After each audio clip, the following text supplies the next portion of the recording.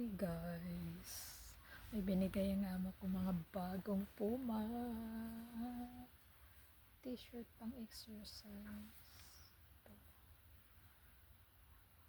Size small. Ano ito siya? Poise pink. Printed siya. Ano yun siya? Yung print niya para siyang flower. Ganda. Pang exercise ko. Malaki yung small niya.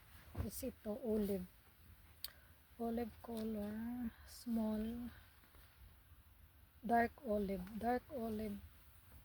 printed. Same lang sila ng design, pero yung kulay lang yung kaiba. Tapos may partner siya, leggings.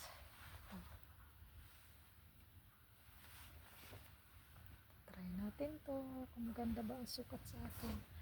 Tapos ito pa binigay, short, red na may pagka-orange. Kasi yung nabili ko, or ano yung red na red, so maganda to sa akin pang jogging ko. Medium siya. Tapos yung kulay niya, for all time red. Meron siyang parang panlalaki ba to? Pwedeng panlalaki din. Panlalaki. Means ba nakalagay? Kasi meron siyang ganito. Kasi mostly diba pang lalaki yung mga ganito. Ano nakalagay? Polyester. Lang nakalagay. Pero sinusuot ko yung mga ganito kahit may ganyan. Yan, ganda niya na. Ganda niya. Tapos leggings na long. Ito mo pag ganito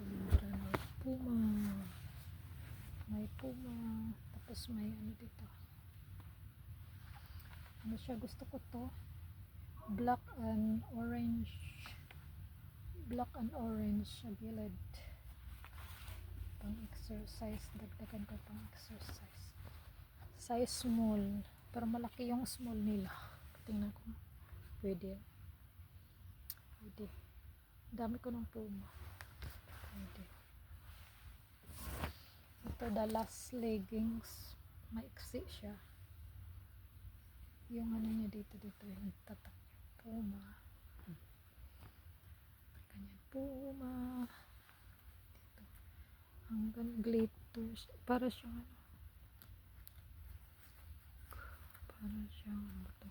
glitters. Parang diamond na maliliit.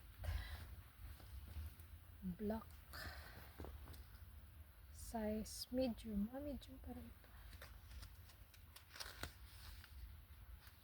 Size medium. May mga bago na naman ako. Ang dami ko ng Puma.